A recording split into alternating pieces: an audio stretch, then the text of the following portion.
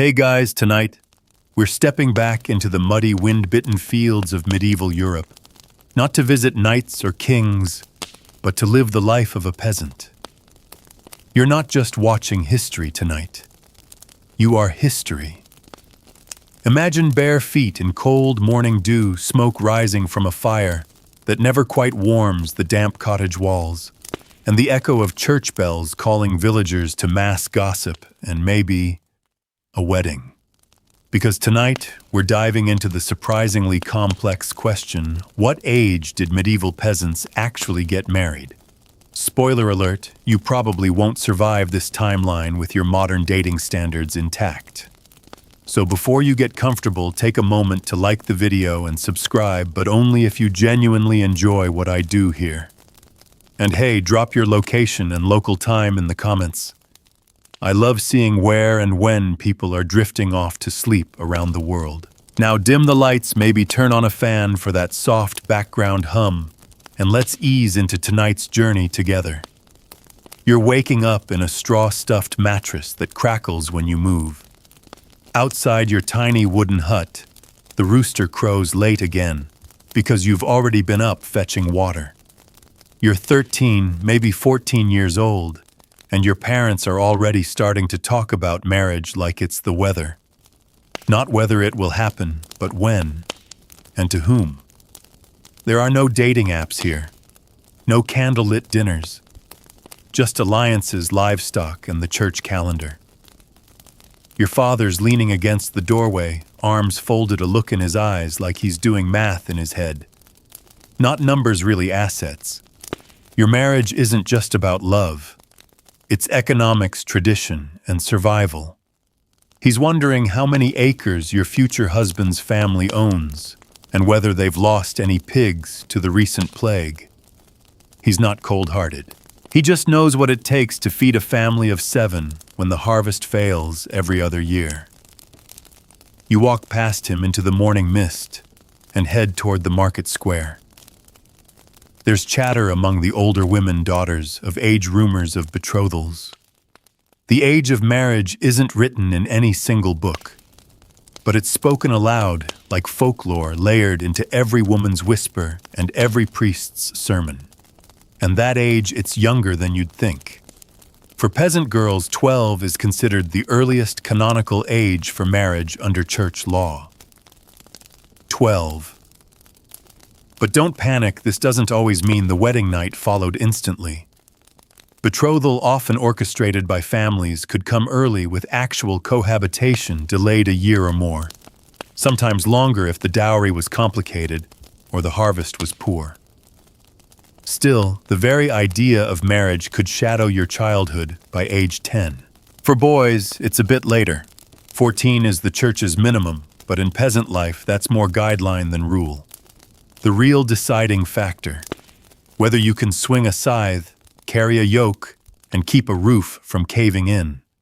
If you're strong enough to manage land and feed a wife, then congratulations, you're man enough to marry. Doesn't matter if your voice just started to crack. You glance at a friend across the square, Ellen already promised to the tanner's son. She's not even reached her next Saint's Day, and yet there's already talk of the banns being read in church.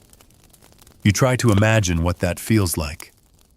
Being married, having children, your body still catching up to the weight of your chores, let alone motherhood. And then there's the church, always watching. It might shock you, but the church actually tried to regulate marriage age, not to protect children necessarily, but to protect the institution of marriage. If 2 kids were married before puberty, it raised all sorts of theological headaches. Could they consent? Could they consummate the union? Was it even valid? Some bishops insisted on waiting until at least 14 or 15, though the poor often slipped through the cracks.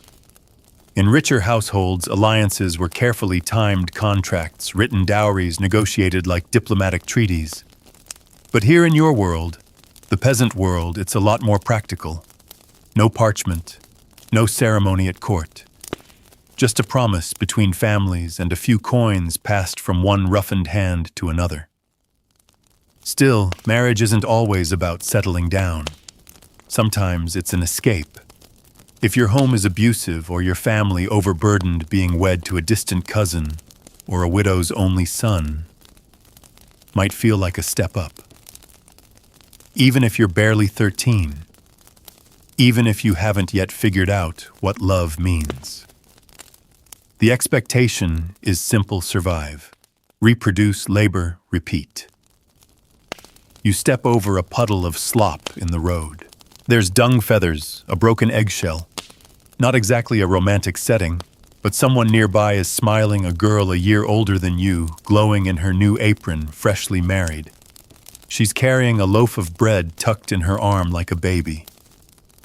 You wonder if she's nervous or relieved. Because here's the thing, in a world of famine, war, and illness, no one assumes tomorrow is guaranteed. If you can secure your place in a family, if you can start the cycle of life again, then you've done your duty. Your age doesn't matter so much as your usefulness, and your usefulness in the eyes of your elders might already be ripe. You keep walking, past the Thatchers, past the Smith. The sky is gray, the village buzz rising with each passing step. Somewhere ahead, a bell rings. It's calling you not just to church, but to expectation. And tonight, that's only the beginning. You move through the village square with a pace that's half habit, half resignation. The thatched roofs overhead drip rainwater from the last passing cloud, and the air smells of wet wool manure and the faintest whiff of baking bread. Your feet know every uneven dip in the mud path, every corner where gossip lives. And today, the whisper is about a wedding, not a noble's grand affair with trumpets and roasted swan, but a peasant girl named Marga, just turned 13, marrying a boy barely 2 winters her elder. No fanfare. Just 2 hands clasped, a priest with sleepy eyes and parents counting favors. You pause by the church, its stone walls damp with moss. This is where the banns will be read, the public declaration of intention to marry. The church insists on it being announced 3 times over 3 consecutive Sundays. Why, so anyone who objects, say if the bride's already promised elsewhere, can speak now. But let's be honest. In a peasant village, few object unless it affects a pig or a patch of land. You duck inside for warmth, and the musty smell of candles and wet cloaks wraps around you. There's a carved bench where girls often sit, feet swinging, giggling about which boy might be next to wed. Marriage to them is less about romance and more like joining a work crew. And that's the truth of it. For peasants, marriage isn't the start of a fairy tale. It's the beginning of a business partnership, shared labor, shared burden, shared hunger. The priest, Father Renulf, is old enough to remember 5 famines and 3 waves of plague. He speaks in Latin most days, but when it comes to marriage, his eyes sharpen. He has to make sure the couple can legally wed, no close cousins, no previous vows, no coercion. At least in theory. In practice, you suspect he's looked the other way more than once, especially when dowries were good and timing urgent. Speaking of dowries, you've started to hear the word more lately. For peasant families, it's usually modest, maybe a hen, a bit of land, a blanket if you're lucky. But still, it matters. A girl with no dowry might wait longer to wed, even if she's reached the right age. And that right age, it's slippery. It bends with circumstance. Your neighbor's daughter married at 11 after her mother died, her father desperate to pass the burden elsewhere. Another girl turned 16 before her parents could find anyone willing to barge into their debts. You leave the church and head past the weaver's cottage. Threads hang like vines across a warped frame catching the afternoon light. Inside, the weaver's wife is talking to her daughter Bertha, almost 15, about an upcoming match. Bertha's quiet. Her hands never stop working the loom, even as her mother lays out plans for her future. You wonder if Bertha has even met the boy, if she cares. Because that's another truth: most peasants don't marry for love. Not at first, anyway. You might grow fond of each other in time after the babies, after the floods, after a harsh winter spent sharing turnip stew, but in the beginning, it's about practicality. Can he plow straight lines? Can she churn butter without complaint? Does he have access to a mule? Is she strong enough to haul water without fainting? You pass a cluster of boys playing with sticks near the well. One of them, Tom, is already promised to a girl whose name he can't pronounce without blushing. He's barely grown into his boots, but his father says it's time. Tom's going to inherit a narrow strip of land, and if he marries now, he'll have help keeping it alive. His betrothed.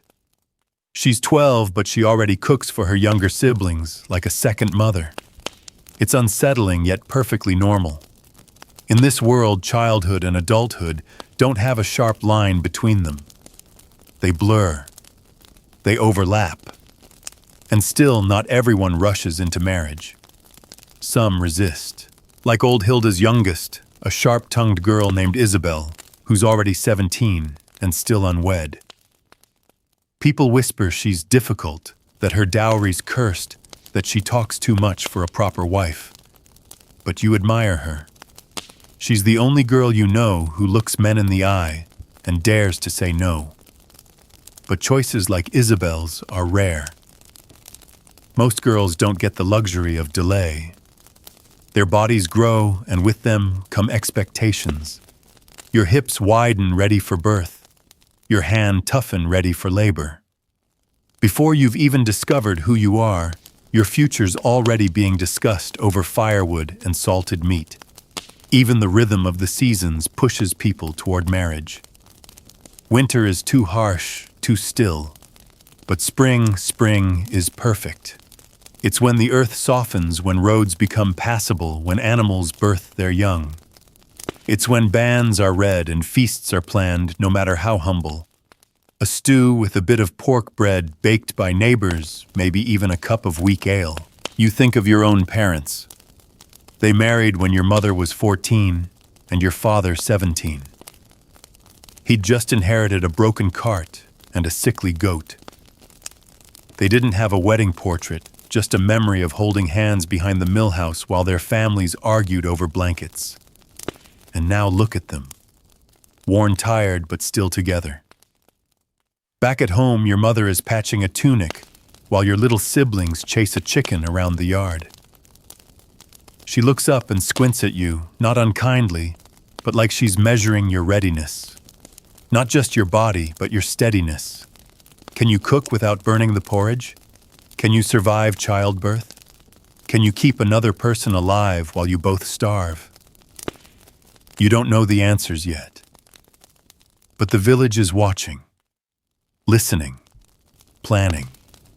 And the age at which you marry, it's not marked by candles on a cake.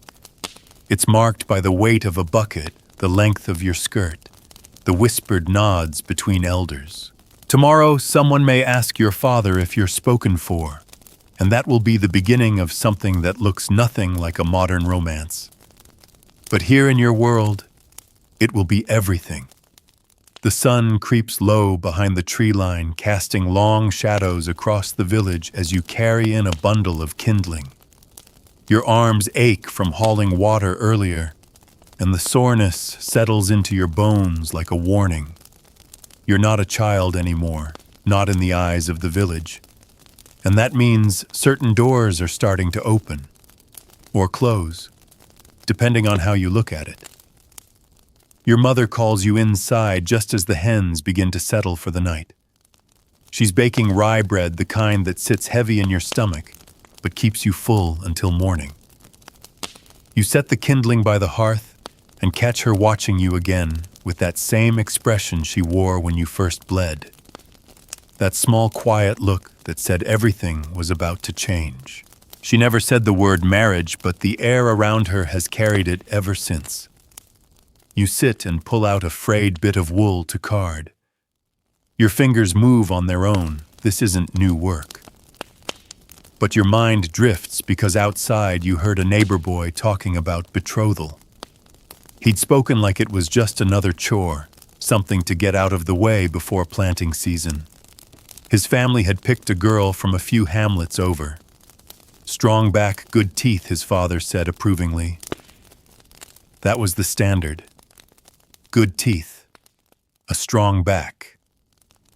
Not laughter or kindness or how well she sings. You glance at your own reflection in the window's wavy glass, a rare luxury salvaged from an old manor ruin. You're not sure what you're supposed to see. Are your teeth straight enough? Is your back strong enough, your hair's tidy, and your hands are always busy? Is that enough? The fire crackles, and you remember a story Father Ranulph once told of a girl married at 11 who died giving birth before she was 13. He spoke gently, almost reverently, like she was a saint.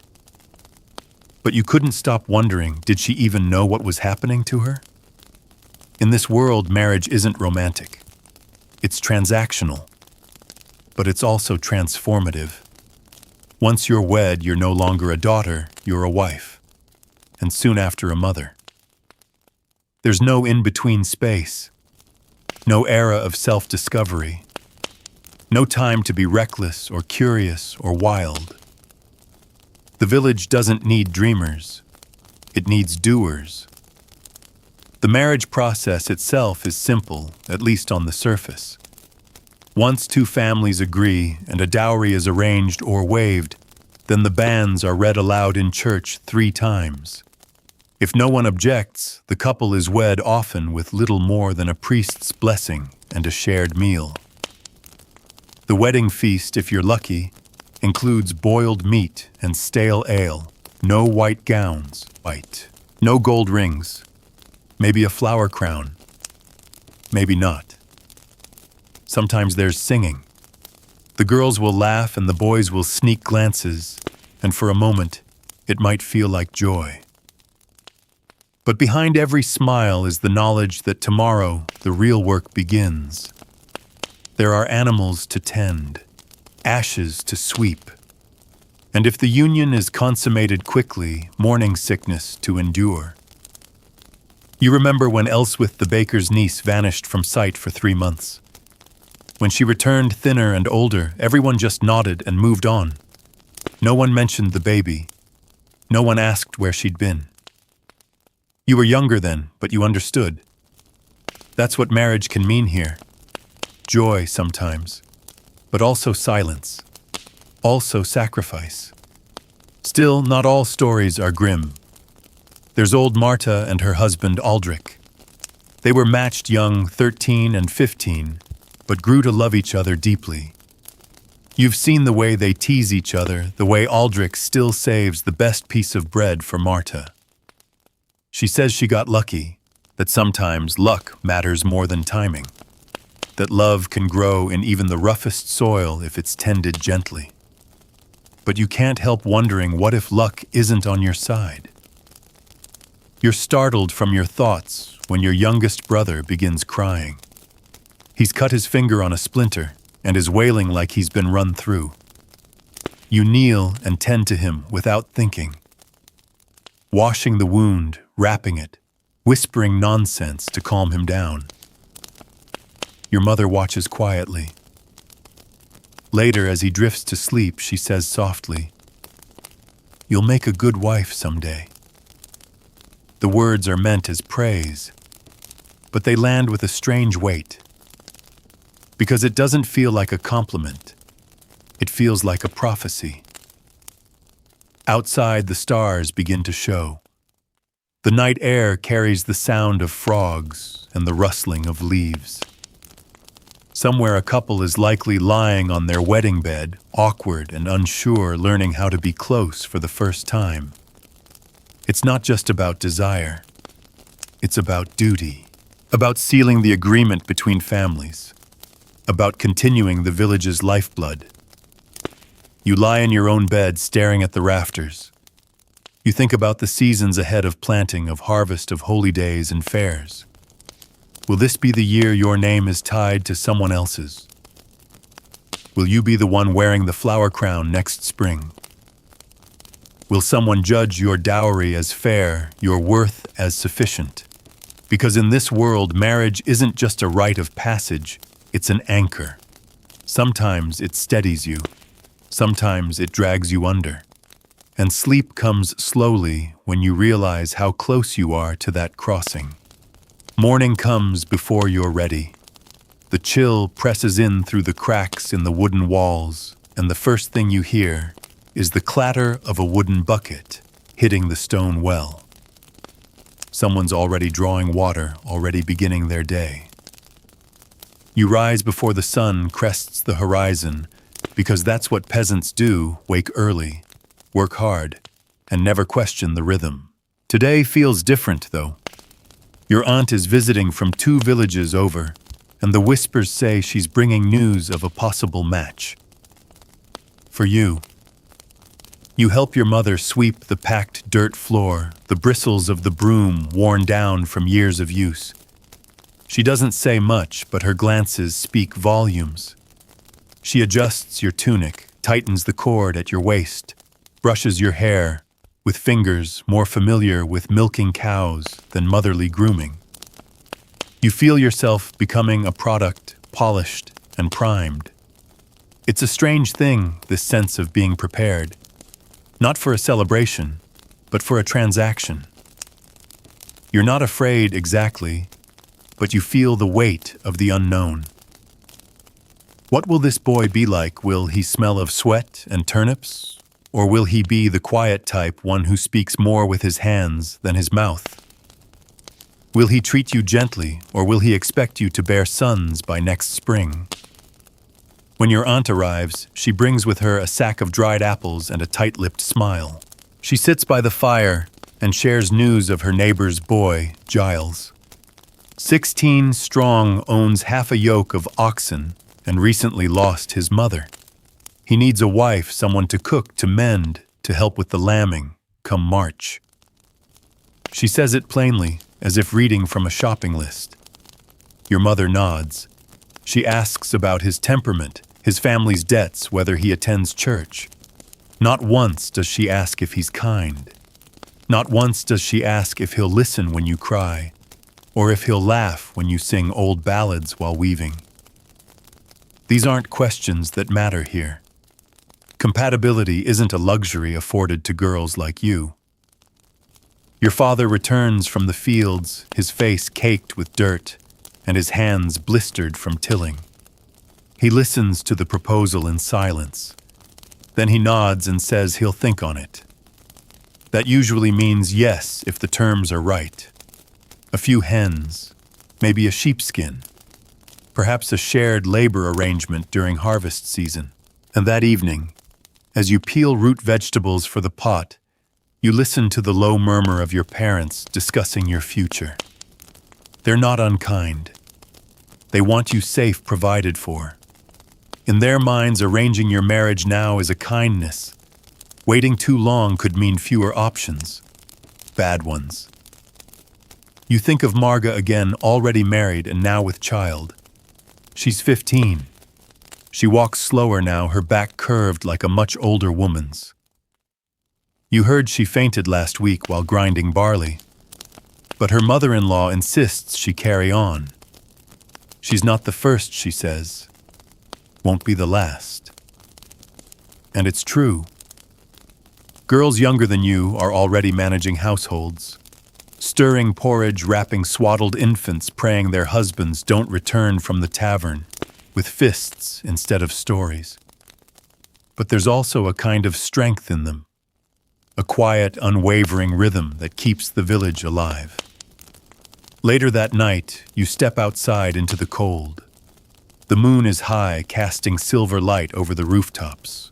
You walk to the well and peer into its dark depths. You imagine your reflection down there rippling with every breeze. Who will you be a year from now? A wife, a mother. You sit on the low stone wall, pulling your shawl tighter. And you think not just about Giles or dowries or your aunt's words, but about all the girls who came before you.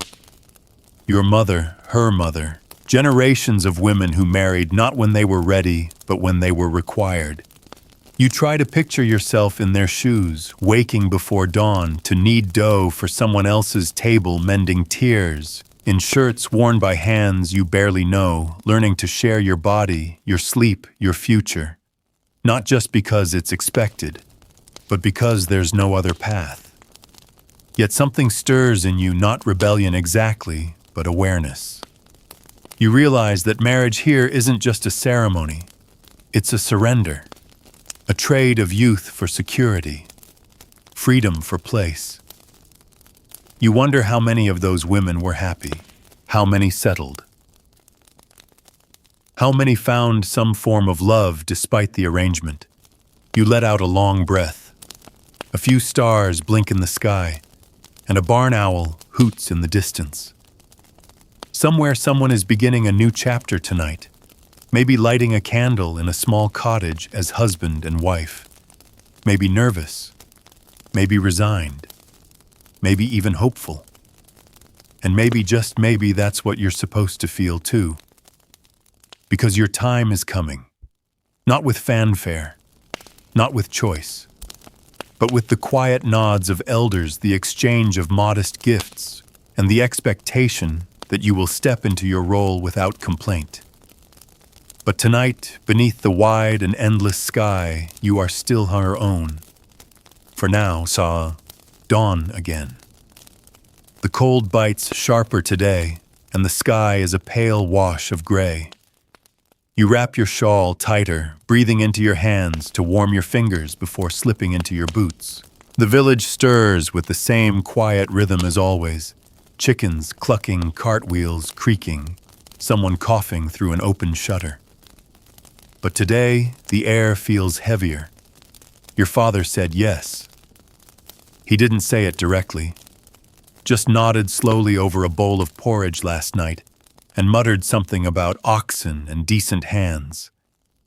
But you know what that means. The match with Giles is agreed upon tentatively, but seriously enough that your name is now being spoken in another household. Somewhere beyond the woods, a boy is being told your age, your height, your usefulness. The idea of you is taking shape in his mind, even as yours spins in uncertainty. You head to the stream to wash clothes. The icy water stings, but the motion is soothing. You scrub, rinse, wring, repeat. Around you, other girls work too, some already married, their sleeves wet, cheeks flushed, arms strong. One of them, Annette, hums softly while she beats a shirt against a flat stone. She's 16 and already has 2 children. You ask her quietly if marriage changed her much. She pauses, wrings out the shirt, and says without looking at you, "Only everything." You want to ask more. What kind of everything? Was it better or worse? But the moment passes. Her baby cries from a basket under a tree, and she rushes over, cooing softly. Her expression softens. Maybe there's love there somewhere under the fatigue. Or maybe she's just surviving. As you gather your wet linens, you catch sight of Isabel, the girl they call difficult.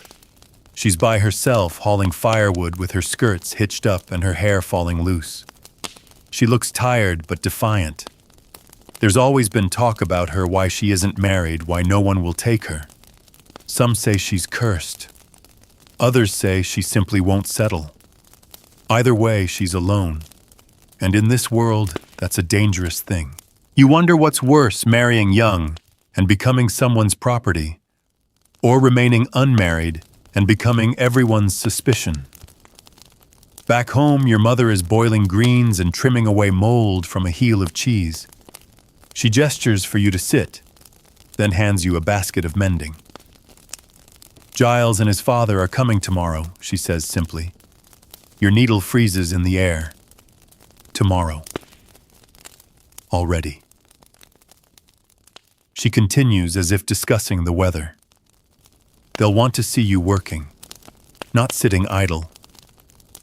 Don't speak too quickly. Don't interrupt. Keep your eyes down. You nod. You don't ask why. You know why. A peasant girl's value is more than her dowry. It's in how she carries herself, how she kneads dough, how she obeys. In this moment, your worth is being calculated not by your thoughts, your dreams, or your laughter, but by how well you embody the virtues expected of you. Humility, diligence, fertility. That night, your mother helps you braid your hair, not because it's a feast day, but because first impressions matter. She tells you how she met your father, how her mother whispered, "Say yes," into her ear before the wedding, how she barely knew his voice, how scared she was the first time she slept beside him. But then she says something that surprises you. It gets easier. You lie in bed wondering what easier means. Is it that you forget the girl you were before, that you stop wishing for more? Or is it that you grow into the role like breaking in a pair of boots? It rubs, it aches, and then one day, you don't notice the blisters anymore. Sleep comes late. When it does, your dreams are strange. You're walking through the forest in your shift, carrying a candle that never runs out. You come to a fork in the path, one side lined with cottages, smoke curling up filled with babies crying and fires crackling. The other path winds into shadow, uncertain and quiet. You look back, but there's no one there to ask for help. When you wake, your heart is heavy. The house is already buzzing. Your mother stirring the pot, your father sharpening a blade. Your siblings giggle in a corner, unaware that today might change your life. Giles and his father arrive just after midday. Giles is tall, broad-shouldered, with dirt under his fingernails and a nervous smile. His father does most of the talking. You kneel by the hearth, pretending to be focused on your stitching, but you feel their eyes on you, measuring, evaluating. You've never felt so much like a loaf of bread at market. Giles offers you a polite greeting. You return it softly. For a brief moment, your eyes meet. There's no thunderclap, no music, just a flicker of mutual uncertainty. He seems kind, but also unsure. Maybe just as afraid as you. They stay for soup and leave before the sun sets. Once the door closes, your parents don't speak right away. Then your father says he'll do, and your mother starts humming as she clears the bowls. You sit very still, because now the question isn't if, it's when. The decision is made. Not officially, no banns have been read yet, and no hands have been clasped in front of a priest. But the silence in your home now carries a finality that speaks louder than words. Your father's humming to himself as he mends a fence post. Your mother has already begun setting aside linens, and your youngest sister asks if she'll get to be in the wedding. It's happening, like a tide rolling in, too slow to notice at first, and now too strong to stop. You rise early the next morning to help your mother with the wash. The sky is still pink when the water is boiling, and your fingers are raw from scrubbing before the village bell even tolls. She's quieter than usual, focused, her mouth pursed in that particular way that means she's already mentally calculating what needs to be stitched, baked, dried, and bartered before spring. As the steam curls around your cheeks, you finally ask the question that's been building inside your chest for days. Did you want to marry father? She doesn't answer right away, just keeps working. Then she says, without looking at you, wants a luxury. Need is what gets you through a winter. You let the silence settle between you, heavy but honest. Because here, where land is rented, mouths are many, and the harvest is never guaranteed, survival often takes precedence over desire. You're not marrying for a storybook. You're marrying to make sure your children won't starve. To join two families, two fields, two sets of livestock. By midday, you're sent to the church to help prepare for the upcoming Lenten feast. Father Ranulph greets you with a warm smile, but there's weariness in his eyes. He asks if you'll be serving the stew, and you nod. As you work beside the other village girls, the conversation flows quiet, giggles, soft jokes, and as always, wedding talk. You're next, one of them says, nudging you with her elbow. You smile politely, but inside you're not sure how you feel. It's not fear exactly, more like standing on the edge of a high ledge, knowing you have to jump, knowing you will jump, but not knowing what's below. The others continue chattering about dresses, feasts, and the rare chance to wear shoes that don't pinch. You wonder if they're truly excited, or just pretending, because it's easier than questioning a system older than memory. After the stew is set to simmer, Father Ranulph calls you aside. He places a hand on your shoulder gently, then says, "Your father spoke with me. He plans to request the reading of the banns next Sunday." You nod, eyes on the worn flagstones beneath your feet. "He's a good boy," the priest adds. "Not cruel. Works hard. It could be worse. Could be worse." That phrase hums in your head like a lullaby for the resigned. You leave the church with a basket of scraps and 1,000 thoughts circling your mind. As you pass by the mill, you see Giles again. He's helping his uncle carry sacks of flour, his back bent, his hands powdered white. He sees you and offers a hesitant wave. You wave back, unsure what's expected of you. Are you meant to smile, flirt? Feel something.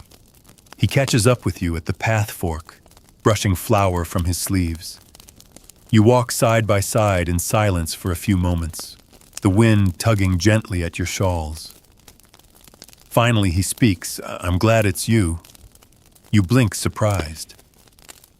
"I didn't want a stranger," he says, eyes on the ground. "I mean, I barely know you, but I know your family. You helped my mother once with the nettle rash. She said you were kind." You nod, heart tightening just slightly. It's not poetry, but it's something. As he turns down the road toward his cottage, he pauses and adds, "I'll build you a good hearth. My uncle says I can use the stones from the old kiln." Then he's gone, boots crunching in the dirt, and you're left holding the basket a little tighter. That night, your mother brings out a folded linen, one of her best embroidered with a crooked vine she stitched years ago. "This will be part of your chest," she says, "for your new home." You stroke the fabric, wondering what your new home will feel like, what it will smell like, what kind of mornings will greet you there. Because that's the part no one tells you: marriage isn't just a person. It's a place. A new center of gravity. Your own fire, your own roof, your own corner of the world. However small, however fragile. And ready or not, that world is coming. 3 Sundays. Then a walk down the aisle of a tiny church where your feet have stood 1,000 times before, but never like that. Never as someone's wife. The first Sunday comes sooner than you expect. The church bell tolls across the fields, drawing in villagers from their homes, like threads pulled toward a single knot. You dress in your cleanest tunic, nothing fancy, just plain wool freshly scrubbed, and braid your hair with practiced fingers. Your mother fusses over a smudge on your sleeve, her mouth tight, her eyes scanning you like a seamstress checking for loose threads. Your father walks ahead in silence, but his hand rests gently on your shoulder as you near the chapel doors. A small comfort. Inside, the air is cool and thick with the scent of tallow and damp stone.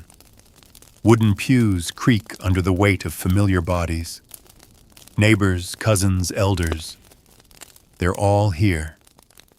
And they all turn their heads slightly when your name is spoken. Father Ranulph stands at the altar, voice steady, as he announces the banns of marriage between you and Giles of Dunmere. Once. Twice. Thrice to come, unless someone has reason to object. No one speaks. The silence seals it. You feel something flutter in your chest, not quite panic, not quite peace, just the strange sensation of being seen in a new way. Not as a daughter or a child, but as someone becoming something else. Someone entering into the village's oldest rhythm. After the service, the older women swarm. They ask about the feast, the hearth, the bed. They pat your hands and press vegetables into your basket. They speak of fertility like it's a gift and a curse at once, their smiles lined with years of labor and loss. She's young, one murmurs behind your back, though not unkindly. But the match is solid. She'll manage. You will manage. That's what everyone says. Outside, Giles waits with his father.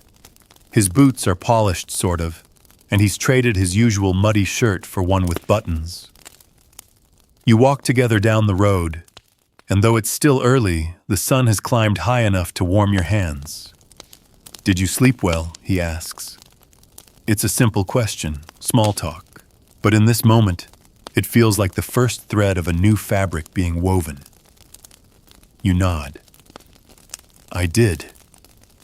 He smiles, then looks ahead, his face serious again. "My uncle says the spring rains will come early. I'll need help with the lambing, if we go through with it." You glance at him. "Do you want to—" He hesitates just a moment, then says, "I think I do. I think I want a life, a family. And you seem strong." You don't laugh. In this world, that's one of the highest compliments a girl can get. By the time you return home, your younger siblings are already setting the table for supper. Your father is chopping onions and your mother is kneading dough. No one talks about the banns, not directly. But there's a subtle shift in how they move around you, like you've taken a step across a threshold, and they're adjusting to the shape you're becoming. Later that night, your mother hands you a folded cloth and says, "It's time you started your chest properly."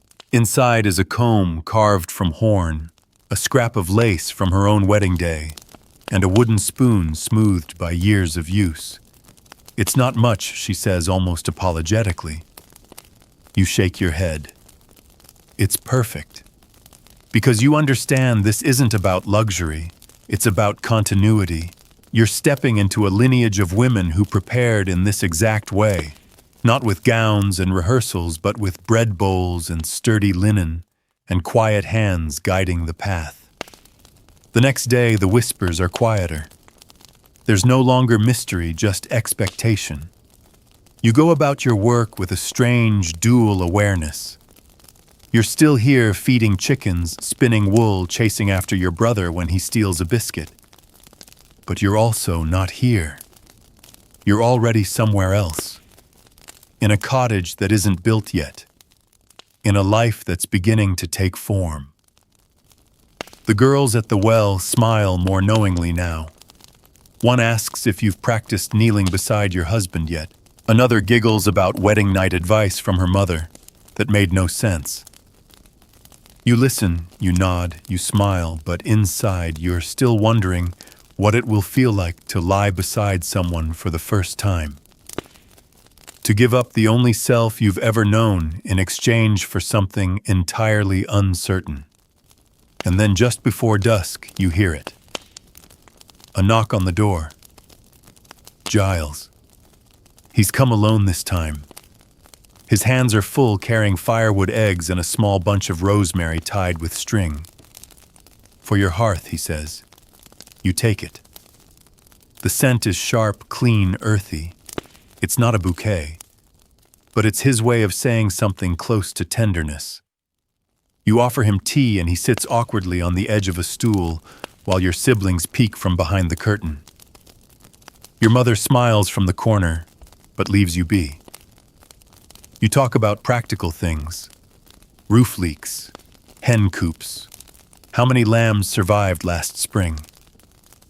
But now and then your eyes meet and something unspoken flickers between you, And it's then you realize maybe this won't be love as stories tell it, but maybe it can be something solid, something kind. And for now, that's enough.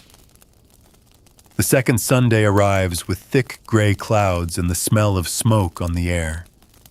Rain clings to the rooftops like a shroud, and you pull your shawl tighter as your family walks the muddy path to the chapel once again. Your boots sink into the earth with every step, but you barely notice. Your thoughts are elsewhere, on bands, on beginnings, on a wedding that feels both distant and terrifyingly close. Inside the chapel, the same ritual unfolds. Father Ranulph reads the banns for the second time, his voice echoing softly against the stone walls. Your name followed by Giles's. No objections. Not that you expected any. Still, the silence seems to hum a little louder this time, a kind of collective acknowledgement that the wheel is turning, and soon you'll be standing before the altar as more than just a girl from a farm. You glance at Giles. He's across the aisle, hands folded, hair still damp from the rain. His father leans forward, nodding along to the priest's words, like checking items off a list. You wonder what Giles is thinking. If his heart is racing like yours. If his stomach knots when he hears your name beside his. After the service, the congratulations are quieter. Less surprise, more inevitability. The match has become fact. The villagers have moved on to gossip about the blacksmith's broken anvil and the miller's new apprentice. Your engagement no longer inspires questions. It inspires casseroles, gifted scraps of fabric, and advice you didn't ask for. As you walk home, your mother begins to list preparations aloud. How much ale must be brewed, which neighbor might lend a table, how many loaves to bake. She mentions a cousin who'll come help with the washing, and a traveling peddler who might sell ribbons if he passes through in time. Your head spins with the weight of it, not the feast, but the life beyond it. That afternoon, while the bread rises, and your father sharpens the plow blades, you slip away to the woods behind the pasture. It's not far, just beyond the briar hedge where the trees grow close together, and the air smells of moss and pine. You used to come here as a child to imagine fairy kingdoms and secret adventures. Now you come to breathe. You sit on a smooth rock, the one shaped like a saddle, and listen. To the birds, the breeze, the hush. You let your hands rest on your lap, and for a moment you imagine what life might have been like if you'd been born in a different place. A noble house, perhaps, or a city where marriage came later, where choices mattered more than land or lineage. But then again, you're not unhappy, just uncertain. Giles seems kind. He doesn't look at you like you're a chore. And maybe if luck holds, you'll grow into a kind of quiet contentment together. Maybe you'll tend the same hearth for decades and share stories by firelight. Maybe. The sky darkens and you return home to find your mother setting aside part of the stew for the neighbor's sick child. She hands you a needle and thread and points to a torn sleeve. You'll need to be fast with mending once you're married, she says. Men don't wait long when their cuffs are open to the wind. You sew in silence, your stitches neat and even. Your fingers have learned to move without thought. Soon they'll be doing the same motions in a different house, a different routine, but not entirely foreign. You've been training for this your whole life without knowing it. As the day ends, Giles appears again. He's brought a small sack of barley, and this time he stays longer. Your father invites him to sit, and he does more confidently now. The talk is easy, work-weather livestock. At one point he tells a story about a goat getting stuck on a thatched roof, and everyone laughs, even your father, who rarely shows much humor. After supper you walk him to the edge of the path. He doesn't speak for a while, just kicks at the dirt with the toe of his boot. Then he says, "I know this isn't what you chose." You look at him. He's not angry, not pitiful, just honest. "But I'll try to make it good," he says. You nod. Me too. And there's something in that moment, a strange warmth, a shared willingness that feels more binding than the banns themselves. You're both young, uncertain, caught in a web of expectations spun before either of you could speak. But at least you're not walking into it alone. Back in bed, you lie awake, staring at the rafters again. But tonight, you aren't filled with dread, just a quiet curiosity about what the days ahead will look like, about how you'll handle your first illness as a wife, your first winter with your own hearth, your first child. The banns will be read once more. Then it's done. Then the wedding. Then the shift into a new chapter, no page break, no fanfare, just one day following the next, the way they always do. But for now, you are still between. Not a girl, not quite a wife, balanced at the edge of the known world, waiting for the next step. The final Sunday arrives with bells that feel heavier than usual. Each chime echoes like a hammer stroke, sealing the last bit of your unmarried life. This is the third reading of the banns. After today, there is no turning back. Your name and Giles's are now joined, publicly blessed by the church and acknowledged by the village. You are in every sense but ceremony already married. The chapel is colder this morning. Damp clings to the pews and cloaks, and someone's coughing echoes near the rear. An old man wrapped in furs, his breath rising like mist. You sit straighter this time, hands folded in your lap, heart steady but still unsure. Father Ranulph's voice drones gently, but when he says your name, you flinch anyway. You catch Giles's glance from across the nave. This time he doesn't look away. No objections. Again. Of course. As the congregation files out, some offer congratulations with real warmth, others with duty. One elder squeezes your hand and says, "May your womb be fruitful and your burdens light." You murmur a thank you, cheeks burning. Even blessings come laced with expectation. On the way home, your father speaks of timber he'll help Giles build a larger bed frame before the frost comes. Your mother mentions fattening the goose for the wedding stew. Your younger brother asks if he can wear a borrowed tunic to the feast. There's no space for nerves in all this bustle, just preparation. By evening, your home smells of herbs and rising bread, and your fingers are sore from shelling peas. Your mother teaches you how to prepare a bridal cake. The simple peasant version, barely sweet, dense with dried fruit, spiced, if you're lucky enough to have some cloves. She says it's not the taste that matters, but the shape. Round like a wheel, like the cycle you're entering. When the fire burns low, she pulls out a bundle wrapped in old cloth and passes it to you without a word. Inside are three things: a worn wooden rosary, a linen cap edged with lace, and a folded parchment with your grandmother's name scrawled in faded ink. She wore this cap the night she was married, your mother says. And the rosary well, that's been through many hands. You run your fingers over the smooth beads, cool and comforting. A tether to all the women who came before you. Some married in joy, others in fear. But all of them walked this same road. The next few days are a whirlwind. Preparations fill the hours. You sweep, stir, knead, stitch, and mend.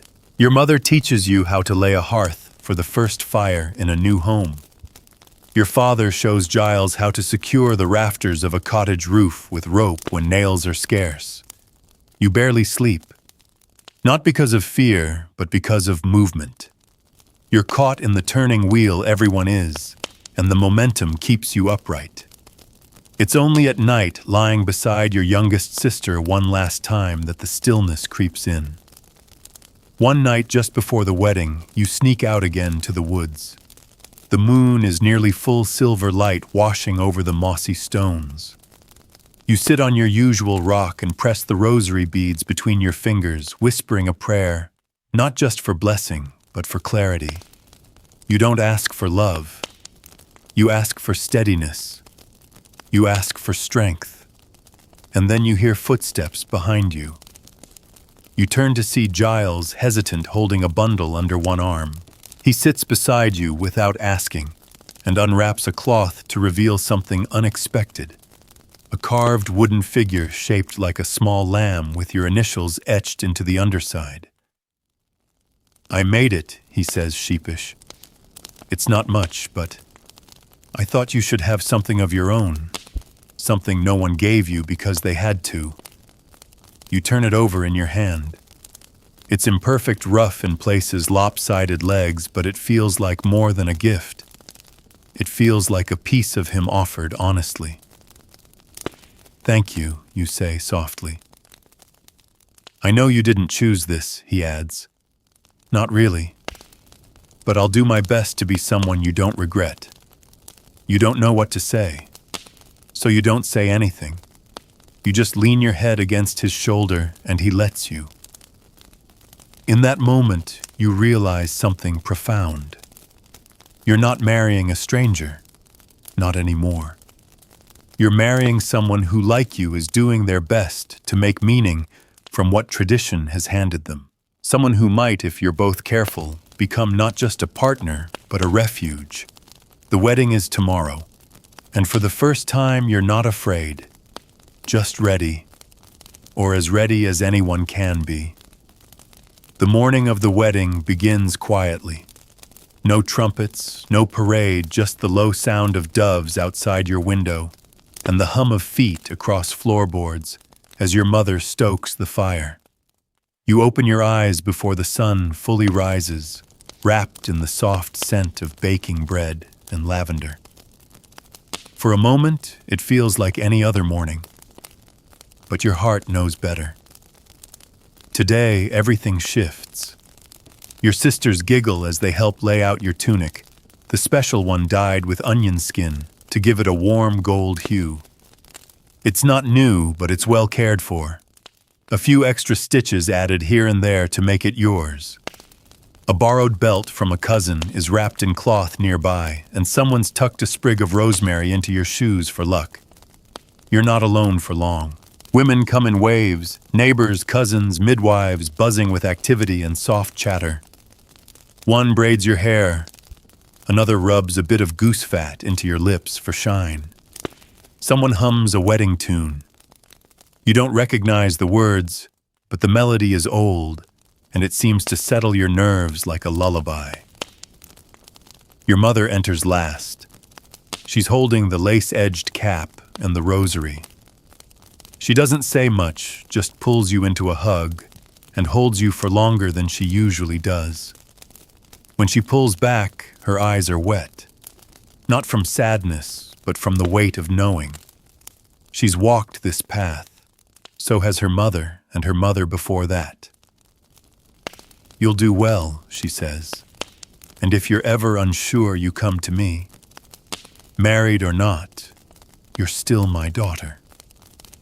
You nod, swallowing a lump that's been growing since you opened your eyes.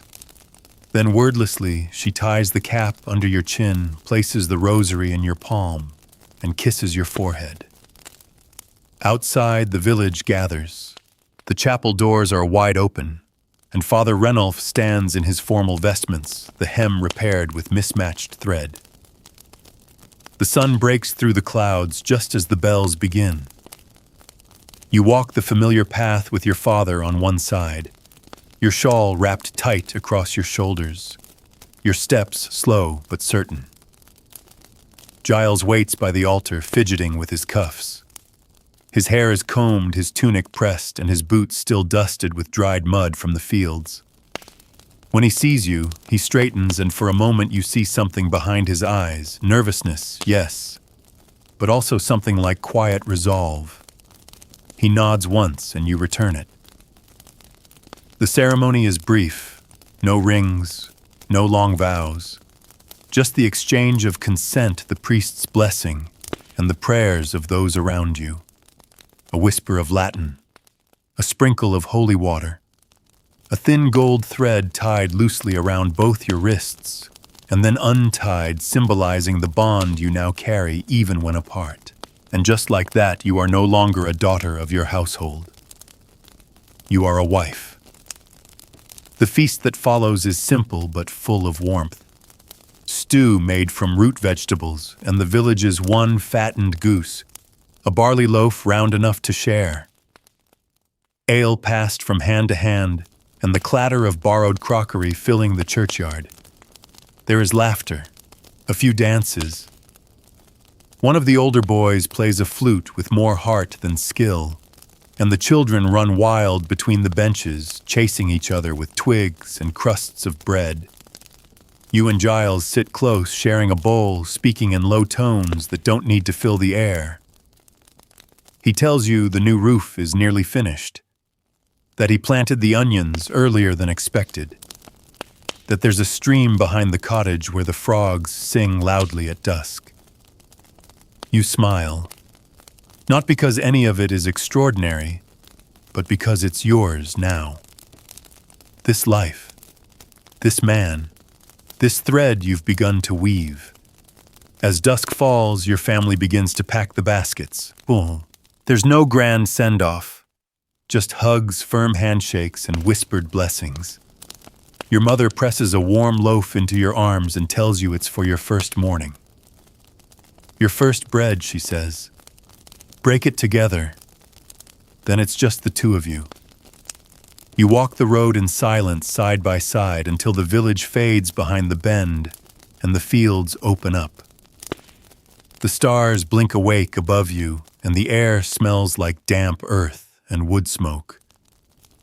Giles opens the door to the cottage and steps aside so you can enter first. It's small. One room. A low bed, a hearth, a table with uneven legs. But it's clean and warm and waiting. He lights a small oil lamp, and in the glow you see a surprise, a shelf with your name carved into the wood filled with herbs and folded cloth.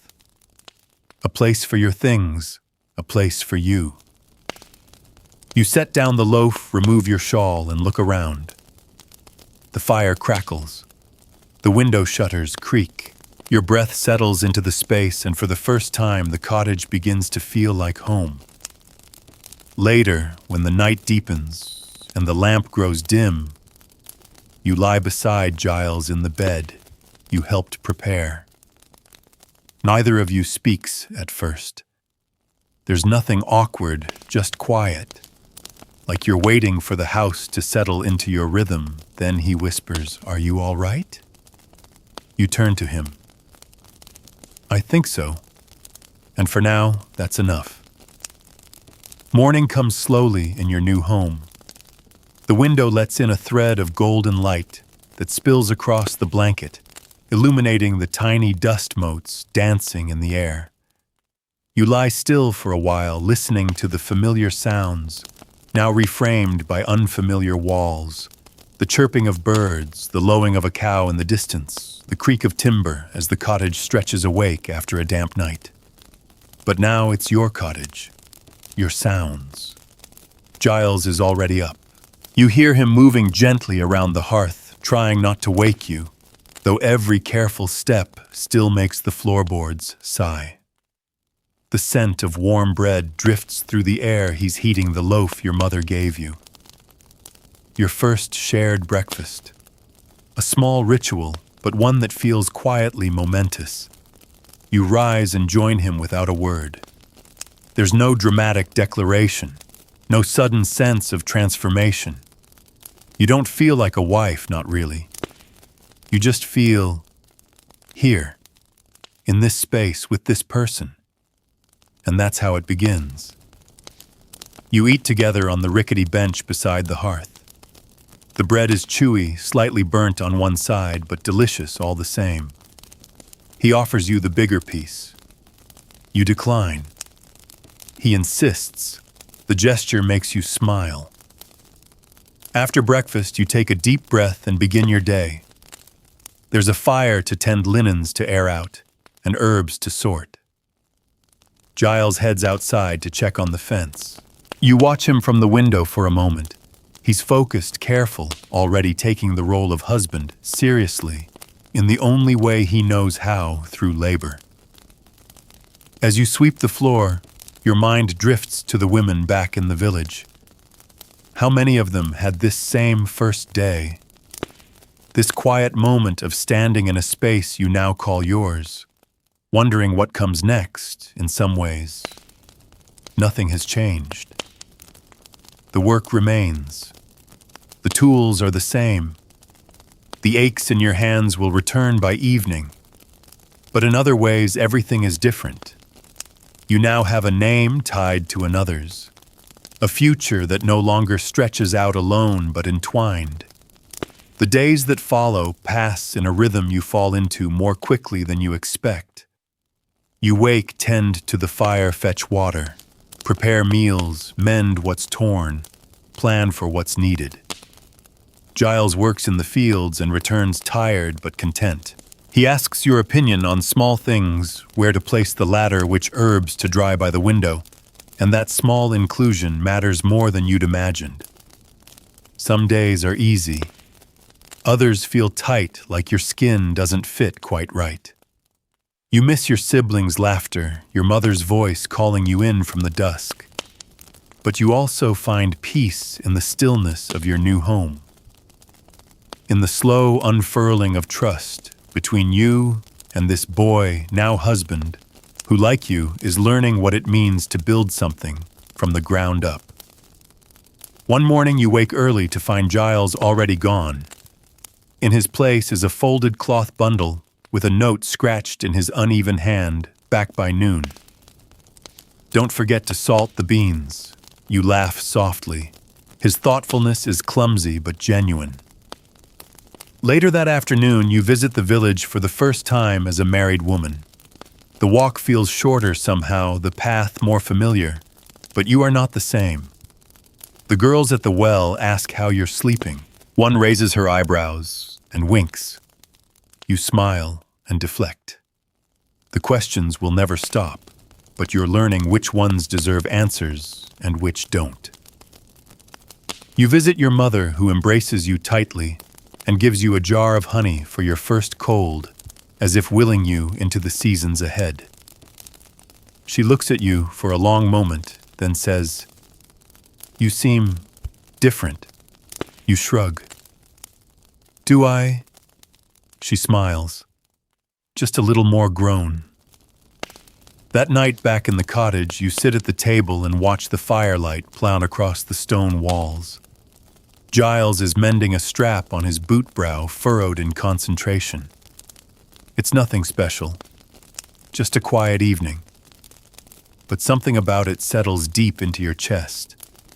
You realize that marriage, for all its pressure and history, is less about the wedding day and more about these small, unspoken understandings. These shared silences, these moments of building not just a home but a life. And somewhere in the middle of that thought, you exhale fully, deeply, as if for the first time since the banns were read. Because maybe you don't need to know what love will look like in 5 years. Maybe it's enough right now to be known, to be met where you are, to be allowed to grow even in a world that rarely lets girls choose their own direction.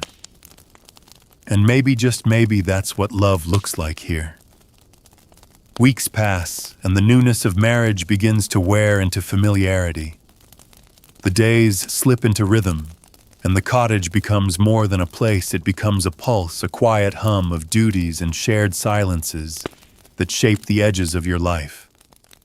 You rise before the sun, with your hand already reaching for kindling. Your body, memorizing each creak of the floorboards, every hiss of steam from the iron pot. There's comfort in the repetition. You chop herbs with practiced motions, stir porridge until it thickens just right. Sweep dust into the same corner where it always gathers. Outside, Giles works the field, turning soil, mending fences, muttering to the mule when it misbehaves. He's steadier now, less shy. When he returns, his voice carries more warmth, like he's no longer afraid to speak into the quiet you share. One evening, he walks in carrying a bundle linen scraps and tangled thread. I tried to patch my tunic, he admits, holding it up like a sheepish child. The stitching is uneven, the seams crooked. You take it from his hands and smile. You focus on the plow, you say, teasing gently. I'll handle the cloth. And so it goes. He plants. You cook. He chops. You mend. You laugh at his awkward jokes about the goat, and he listens when you rant about flower beetles in the grain sack. Little by little, you build something neither of you fully understood. On that first night, a language of gestures, of trust, of showing up even when the sky is gray and the fire's gone out. But it's not always easy. There are days when the weight of it all presses hard. When your back aches and the bread doesn't rise, when Giles comes home sour from a broken yoke and forgets to say hello when the wind blows so fiercely through the cracks in the wall that you wonder if the whole house might lift off the earth. You argue now and then, softly at first, then sharper, when exhaustion tips your words out too fast. But even the arguments feel strange. They're not fights to win, but tests of balance. You're learning each other's edges, where to push, where to yield. And there are surprises, too. You discover that Giles hums while he works, that he once wanted to learn to read, that he can identify birds just by their calls. He learns that you like your porridge with salt, that your left ankle aches when the weather shifts, that you dream of traveling to the coast just once to see the sea you've only heard about in stories. One afternoon, while gathering kindling near the stream, you come across a bundle of flowers tucked inside a hollow log. Wild daisies, clover, and 2 bluebells rare this time of year. There's no note, but you know who left them. When you place them in a jar by the window, Giles doesn't say a word, but you see the faintest smile as he sets down the bucket. The villagers begin to see you differently now. Not just a bride, but a wife. A fixture. The questions stop. The expectations shift. You're asked for advice on mending, for help during births, for your opinion on barley prices. You've crossed a boundary, passed through a door. You are part of the village in a new way now, not just as someone's daughter, but as someone's household. One evening, as dusk settles in and you're shelling peas by firelight, Giles speaks up. Would you want children soon? His voice is gentle, cautious. Not a demand, a question. You pause. You've thought about it, of course. In this world, marriage and motherhood are nearly one and the same. But now that the question is here spoken aloud, it feels larger. I don't know, you say, honestly. Maybe. Not yet. He nods. When you're ready. And that's it. No protest. No pressure. Just understanding. That night, lying beside him in the dark, you listen to the wind in the rafters and wonder how different your life might have been if you'd been matched to someone else. Someone colder. Someone cruel. It's not love like a bard's song, but it's real. It's built slowly, not declared in one breath, but earned in 100 small ones. You fall asleep with his hand resting lightly over yours. And somewhere between the rise of bread dough and the fading of fire embers, between laughter in the field and quiet meals eaten in peace, you begin to realize you haven't just married a person. You've married a rhythm, a way of life, and it is yours now. The seasons begin to turn. The morning frost lingers a little longer out clinging to the edges of the thatch and silvering the path to the well. Your fingers grow numb before the bucket is half filled, and the breath you exhale curls into the air like smoke. You pull your shawl tighter and walk back to the cottage, the handle cutting into your palm, your mind already running through the list of chores ahead: boil water, knead dough, check the root cellar, skim the cream. Inside, Giles is tending to the fire. He's become better at it since those first mornings. He knows where to find the driest twigs, how to coax a flame with a hollowed reed. He glances up when you enter, takes the bucket without a word, and pours it into the kettle. It's a quiet partnership now. Not choreographed, not forced, just a steady sharing of life. You talk less maybe than you did in the first weeks. But what you say matters more. You discuss the grain store, the neighbor's sick cow, the upcoming festival in town. You even joke sometimes. A little sarcasm, a raised brow, a stolen grin over the mixing bowl. These are the things no one tells you to expect in marriage. The way closeness starts, not with passion, but with predictability. With knowing how someone moves, how they think, how they sigh, when their back aches in a particular way after mending fences. The villagers ask if there's news yet, meaning, of course, whether your belly has begun to swell. You hear the same question at the market, at the well, even after Mass, whispered behind sleeves and followed by not-so-subtle glances at your waistline. You've learned to smile politely, to say not yet, and to move on before their curiosity clings too tightly. In truth, you're not sure you're ready.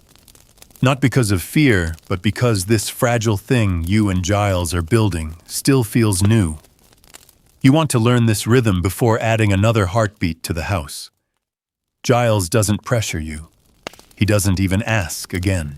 But some nights, you see how he watches the neighbor's toddler toddle past. See how his hand lingers a little longer on your back when you sit beside him at supper. There's longing there, but also patience. He's not in a rush. One cold morning, you visit your mother. She's kneading dough with elbows deep in flour, her cheeks pink from the heat of the oven. She watches you for a long moment before saying, "It's different, isn't it, being on the other side of it all?" You nod.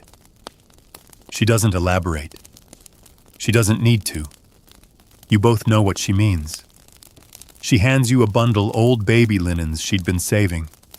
For when the time comes, she says, even if it's far off, you carry them home like a secret, a soft woven maybe. Later that evening, as the wind howls and the hearth glows red and gold, you spread the linens on the bed and fold them again, slowly, carefully, respectfully. Giles watches from across the room. He doesn't say anything, but after a while he brings you a cup of warm cider and rests his chin on your shoulder. "No rush," he says softly. You're grateful, because while everyone else sees marriage as a race to produce, to expand, to fill the cradle, you're beginning to see it as something else. A space, a season, a slow unfolding. You go to bed that night feeling more like yourself than you have in weeks. Not because you've made some grand decision, but because you're allowed to wait. That's the quiet miracle of it all. That even in this world that demands, expects, hurries, there is still room for something gentle. Something that doesn't bloom in a single night, but in many. The days shorten. The winds strengthen. The fields sleep beneath a blanket of frost. And in the little cottage that now smells of apples, ash, and wool, you and Giles carry on. Not rushing, not resisting, just learning what it means to live side by side, day after day, in the stillness of something slowly becoming whole. Snow falls before the first frost even fully lifts. Not a heavy snow, but enough to soften the fields into silence and blur the edges of the trees. The whole village seems to exhale. Work slows. Paths vanish beneath white. Life pulls inward like a drawstring pouch, and you begin to understand why winter is the season of memory. Inside your cottage, the hearth becomes the heart of everything. You rise in the half-light, coax flame from embers, and wrap yourself in thick wool. You stew, turnips, grind dried herbs, and mend everything you've been putting off: socks, seams, and the tiny cracks in your own routine that you didn't notice before. Giles builds a snow barrier at the door and repairs the thatch with his hands nearly numb from the cold. His breath huffs like steam, and when he returns inside, you help warm his fingers with yours before he holds them out to the fire. He thanks you, eyes crinkling in that quiet way of his, and you feel it again, that unspoken bond made not of words, but of shared living. You no longer feel like guests in this life. It's yours now. Fully. The cottage creaks in its familiar way. The table bears your stains and scratches. Your baskets smell faintly of time, and the little wooden lamb he carved sits on the shelf above the hearth, now a talisman of everything you've shaped together. The village quiets in winter. No festivals, no gatherings, just footsteps in snow, brief greetings, and shared pots of stew passed between neighbors. You visit your mother once a week, trudging through the whitened paths with a shawl pulled up over your ears. She always meets you at the door with a hug and something warm-bread soup, or the same advice she gave you before you wed one day at a time. She watches you now with a look that's hard to name. Not just pride, not worry. Something in between, something softer. She's noticed the difference in you, how your eyes are steadier, how you speak with more certainty. You still ask her questions, of course, how to fix a draft in the window, how to cure a stubborn cough, but you no longer need her in the same way. And that realization stings a little. For both of you. When you return home, Giles is waiting with a surprise. He's laid out a simple supper and even swept the floor a bit lopsided, but well-meant. Thought you might be tired, he says. And you are. But not too tired to smile. You sit, eat, and talk about nothing and everything.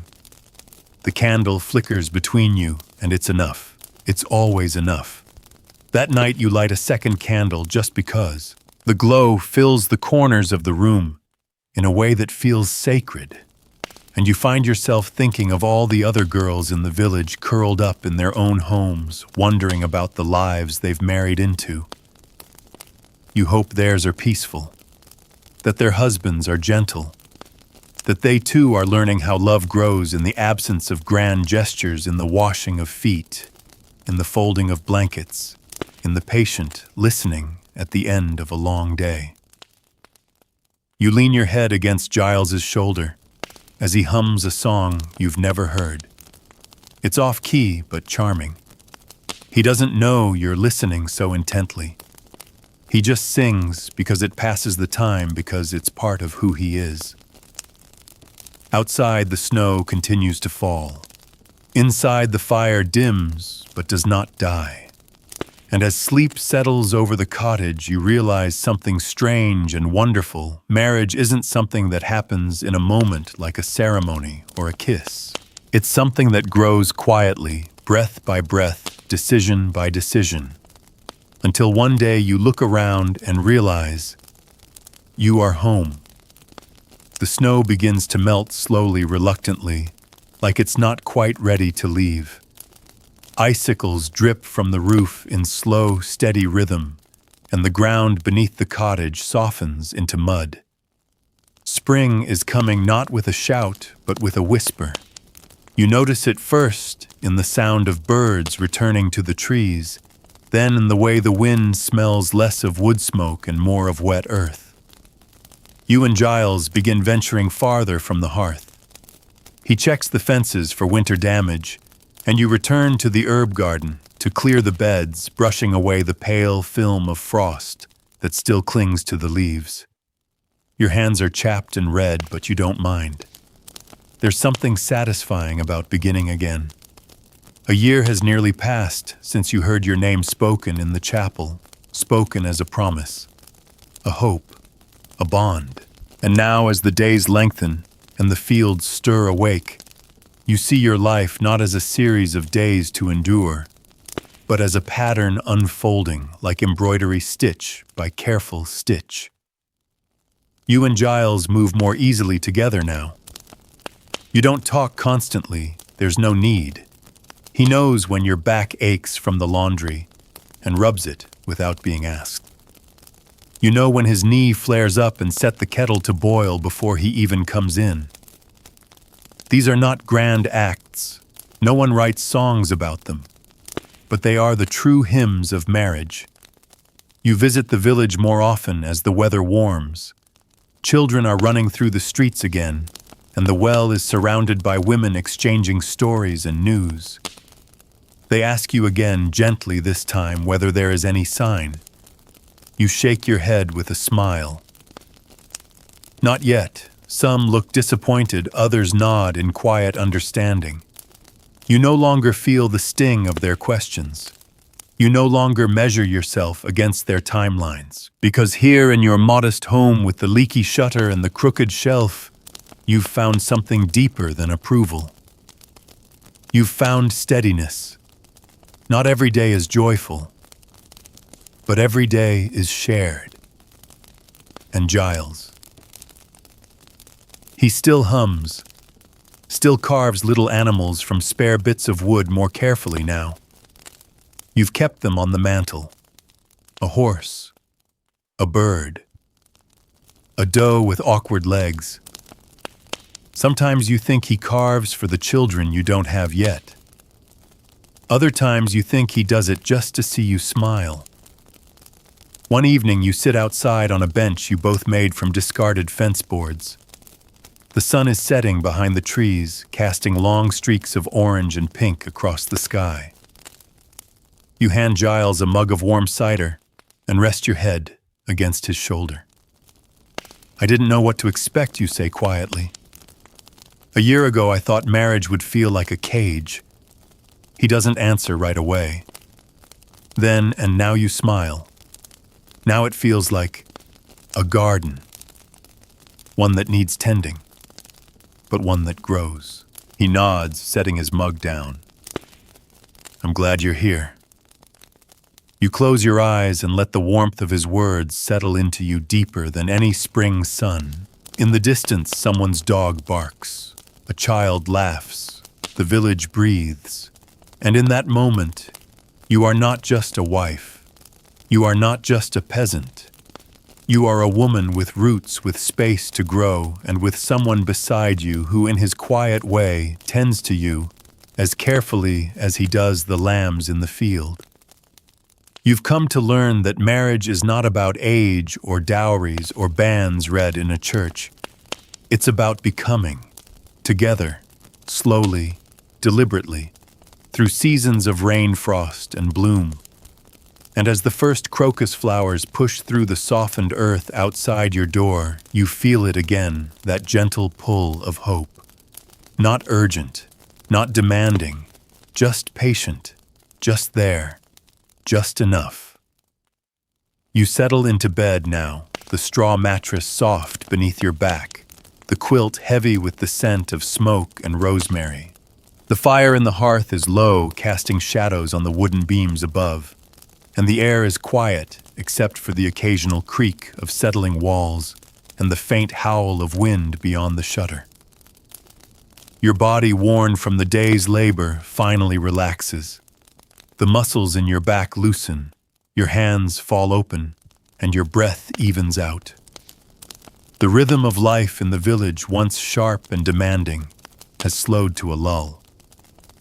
There's no more bread to bake tonight, no boots to mend, no field to sow, just stillness. You think of all that's happened, of how quickly the year moved, how silently change wove its way through your days. What began with uncertainty has grown into something enduring, not perfect, but deeply real. You remember the sound of Giles laughing, the taste of cold cider, the quiet way you share space without filling it with noise. And now, as sleep pulls at your eyes, you feel the weight of your own journey, not just as a wife or a peasant, but as a soul who moved through doubt and found steadiness in return. Outside, the moon hangs full and low. A new season waits beyond the horizon. But for now, you rest. Tomorrow will come soon enough. And when it does, you'll rise again, ready to mend, to knead, to laugh, to grow. Because now you are home.